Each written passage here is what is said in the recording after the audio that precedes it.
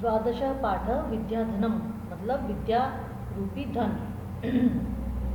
न चौरहार्यम न च राजहार्यम न भ्रातभाज्यम न च भारकारी व्यय कृते वर्धत एव नित्यम विद्याधनम सर्वधन प्रधानम।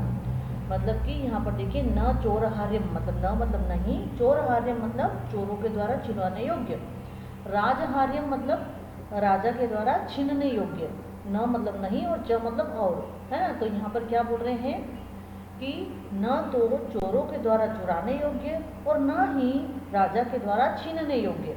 फिर देखिए न भ्रातभाज्यम न भाइयों के द्वारा बांटने योग्य, न च भारकारी और न तो भार बोझ जो व्यर्थ का भार बोझ होता है वो, न तो भार बोझ बढ़ाने वाली है। विद्या कैसी है, न तो चुराने योग्य है, न राजा के द्वारा छीनने योग्य है, न भाइयों के द्वारा बांटने योग्य और न ही व्यर्थ का भार बढ़ाने वाली है। व्यय कृते वर्धत एव नित्यम। अब यहाँ पर देखिए व्यय कृते, व्यय कृते का मीनिंग क्या हुआ यहाँ पर, कृते मतलब खर्चना, ठीक है। व्यय कृते मतलब कि जब उसे हम लोग खर्चते हैं, विद्या को हम लोग खर्चना मतलब किसी को विद्या का दान देते हैं। अगर कोई किसी चीज़ के बारे में जानता है और वो किसी दूसरे शिष्य को पढ़ाता है तो उसे कहते हैं विद्या का दान देना है, विद्या को खर्च करना। तो जब विद्या को खर्च करते हैं तो वर्धत, वर्धत मतलब बढ़ती है, एव नित्यम, ठीक है। नित्य मतलब हमेशा और एव मतलब ही, तो हमेशा खर्च करने पर यह बढ़ती ही है। विद्याधनम सर्वधन प्रधानम, जो विद्या का धन है वह सभी धनों में प्रमुख है। तो यह न तो चोरों के द्वारा छिपाने योग्य है, न राजा के द्वारा छीनने योग्य है, न भाइयों के द्वारा बांटने योग्य है और हमेशा खर्च करने पर बढ़ती ही है। विद्या का धन सभी धनों में प्रमुख है, सर्वोत्तम है।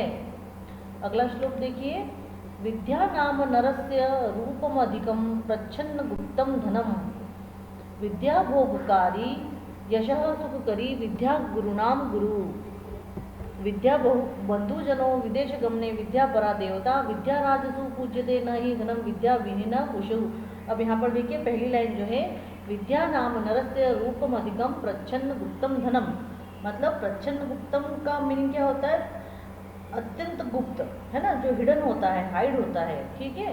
तो विद्या नाम जो है, विद्या मनुष्य का सबसे अच्छा स्वरूप है, उसका गोपनीय धन है ना, छुपा हुआ धन है। प्रच्छन्न गुप्तम धनम मतलब छुपा हुआ धन है, मतलब किसी को दिखता नहीं। आप किसी इंसान को देखकर पता नहीं कर सकते कि उसके पास कितनी विद्या है, लेकिन उसके घर को, उसके रहने सहने को देखकर हम पता कर लेते हैं कि उसके पास कितना धन है। विद्या भोग करी यशः सुख करी विद्या गुरुनाम गुरु, मतलब कि यहाँ पर देखिए भोग करी का मीनिंग यहाँ पर होता है कि भोग का साधन उपलब्ध कराने वाली, ठीक है। तो विद्या भोग करी मतलब कि अगर आपके पास विद्या है, आपके पास ज्ञान है, तो आप कहीं भी नौकरी कर सकते हैं अच्छी जगह और आपको वहाँ से पैसा मिल सकता है और आपको भोग करने की, जैसे कि हमारे घर में जो भी उपयोग में आती है चीज़ें, ऐसे भोग करने की चीज़ें आपको उपलब्ध कर सकते हैं। मतलब आपको मिल किससे रही है, वो सब विद्या से मिल रही है। इसलिए भोग का साधन उपलब्ध कराने वाली है, यश उपलब्ध कराने वाली है, सुख करी मतलब सुख देने वाली है, सुख प्रदान करने वाली है। विद्या गुरुनाम गुरु, और विद्या गुरुओं का भी गुरु है। तो विद्या क्या है, भोग का साधन उपलब्ध कराने वाली, कीर्ति सुख प्रदान करने वाली और विद्या गुरुओं का गुरु है। विद्या बंधुजनों विदेश गमने विद्या परा देवता, मतलब विद्या जो है, बंधु मतलब क्या होता है, मित्र, मित्र जिसे कहते हैं दोस्त। तो विद्या विदेश जाने पर दोस्त के समान होती है। अगर आपको ज्ञान है तो आप विदेश जा कर के आप उस विद्या का उपयोग कर सकते हैं। तो विद्या विदेश बंधुजनों विदेश गमने मतलब विदेश जाने पर अपने दोस्त के समान है। विद्या परा देवता मतलब कि विद्या सबसे बड़ा देवता है। विद्या राजसु पूज्यते न ही धनम विद्या विहीन पशु, मतलब विद्या राजसु पूज्यते मतलब कि विद्या को तो राजाओं द्वारा भी पूजा गया है, ठीक है। विद्या राजाओं में भी पूजी जाती है, न ही धर्म, लेकिन धन नहीं पूजा जाता। और विद्या से रहित मनुष्य जो होता है वो पशु के समान होता है। विद्या विहीन मतलब विद्या से रहित, और पशु मतलब जानवर, जानवर के समान होता है, ठीक है। तो इस श्लोक का पूरे का अर्थ हो जाएगा कि विद्या मनुष्य का सबसे अधिक या अच्छा स्वरूप है, छुपा हुआ गोपनीय धन है। विद्या भोग का साधन उपलब्ध कराने वाली है, कीर्ति और सुख प्रदान करने वाली है। विद्या गुरुओं का भी गुरु है, विद्या विदेश जाने पर बंधु या दोस्त के समान है। विद्या सबसे बड़ा देवता है। विद्या राजाओं में पूजी जाती है, लेकिन धन नहीं। विद्या से रहित मनुष्य पशु के समान है। अब तीसरा श्लोक देखिए। केयूरः न विभूषयन्ति पुरुषं हारा न चंद्रोज्ज्वला न स्नानं न विलेपनं न कुसुमं न अलंकृता मूर्धजः वाण्यिका समलंकरोति पुरुषं या संस्कृता धार्यते क्षीयन्ते अखिल भूषणानि सततं वाग्भूषणं भूषणम। तो सबसे पहली लाइन देखिए, केयूरः न विभूषयन्ति पुरुषं हारा न चंद्रोज्ज्वला। अब यहाँ पर देखिए केयूरः मतलब होता है बाजूबंद, जो हाथ में महिलाएं पहनती है, बाजूबंद या जिसे ब्रेसलेट भी कहा जाता है। फिर यहाँ पर विभूषयंती मतलब कि शोभा देना, ठीक है। पुरुष और हार, जो उसे हारा कहा गया है। और चंद्रोज्ज्वला, चंद्र धन उज्ज्वला से मिलकर चंद्रोज्ज्वला बना है। चंद्र मतलब चंद्रमा और उज्ज्वला मतलब चमकदार, ठीक है। तो चंद्रोज्ज्वला मतलब चंद्रमा के समान चमकदार। तो यहाँ पर है कि मनुष्य को न तो बाजूबंद सुशोभित करते हैं और न ही चंद्र के समान चमकदार हार। न स्नानम न विलेपनम न कुसुमम नालंकृता मूर्धजा, और न तो स्नान और न ही शरीर पर लगाने वाले सुगंधित लेप जो चंदन केसर आदि से बनते हैं। न बालों या चोटी में सजाए हुए फूल सुशोभित करते हैं और न सजाई गई चोटी, ठीक है। तो यहाँ पर क्या बोल रहे हैं कि मनुष्य को ना तो बाजूबंद सुशोभित करते हैं, ना चंद्रमा के समान चमकदार हार, न ही स्नान और न ही शरीर पर लगाए हुए सुंदर लेप, न तो चोटी में या बालों में सजाए हुए फूल सुशोभित करते हैं और न ही सजाई गई चोटी। वाण्यिका समलंकरोति पुरुषम या संस्कृता धार्यते, मतलब कि मनुष्य को एकमात्र, वाण्यिका मतलब कि वाणी, ठीक है, एकमात्र वाणी। तो वाण्यिका मतलब वाणी और एका, ठीक है, एकमात्र वाणी, इसका आंसर है वाण्यिका का। तो मनुष्य को एकमात्र वाणी और समलंकृति मतलब कि सुशोभित करती है। पुरुषम या संस्कृता धार्यते, जो कि संस्कार युक्त रूप में धारण की जाती है, ये व्यवहार में लाई जाती है। जिस प्रकार की संस्कार से युक्त वाणी हम लोग बोलते हैं, वो ही मनुष्य को सुशोभित करती है। क्षीयन्ते अखिल भूषणानि सततम वाग्भूषणम भूषणम।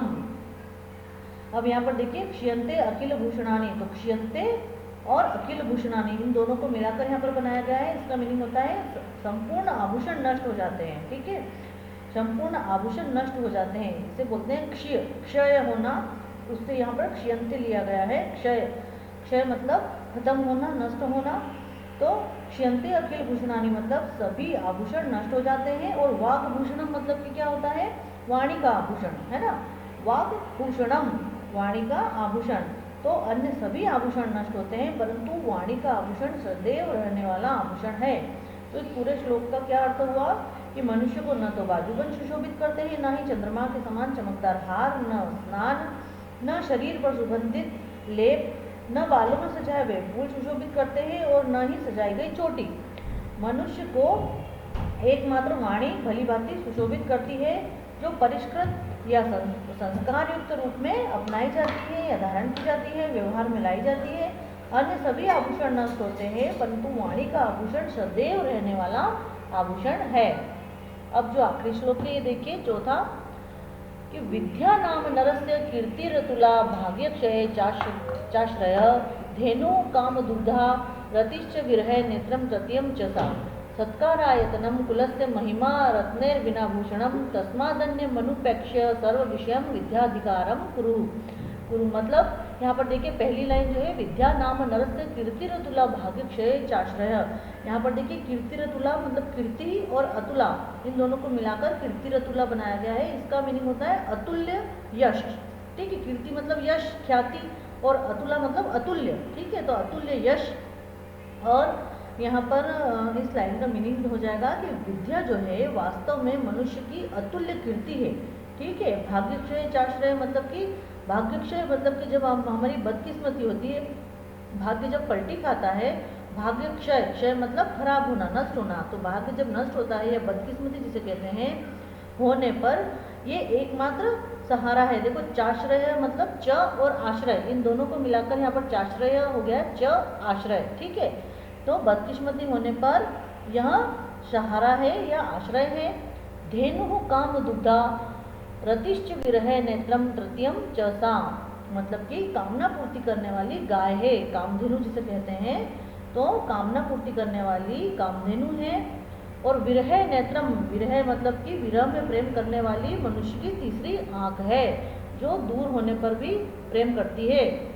सत्कारायतनम कुलस्य महिमा रत्नैर्विना भूषणम, मतलब कि सम्मान का साधन है। सत्कार यतनम मतलब सत्कार और यतन, सत्कार धन आयतन, तो इन दोनों को मिलाकर बना गया है सत्कारायतनम, है ना। सम्मान का साधन अर्थात सम्मान प्रदान करने वाली है। और कुलस्य महिमा मतलब कुल की महिमा है। रत्नेर विना भूषणम मतलब रत्न क्या होते हैं, जो बहुमूल्य स्टोन जो हार में या ज्वेलरी में लगे हुए होते हैं उन्हें रत्न कहा जाता है। तो रत्नेर बिना मतलब रत्न के बिना, है ना, उन स्टोन के बिना वाला, विदाउट ज्वेल जिसे कहेंगे, वो आभूषण है। ठीक है, फिर आगे देखिए, तस्मादन्य मनुपेक्ष सर्व विषयम विद्याधिकारम कुरु, मतलब कि यहाँ पर देखिए विद्याधिकारम मतलब विद्या धन अधिकार, तो विद्या अधिकार हुआ, विद्या पर प्रभुत्व। तो अतः अन्य सब बातों को छोड़कर विद्या पर अपना प्रभुत्व कर लो या विद्या पर अपना अधिकार कर लो।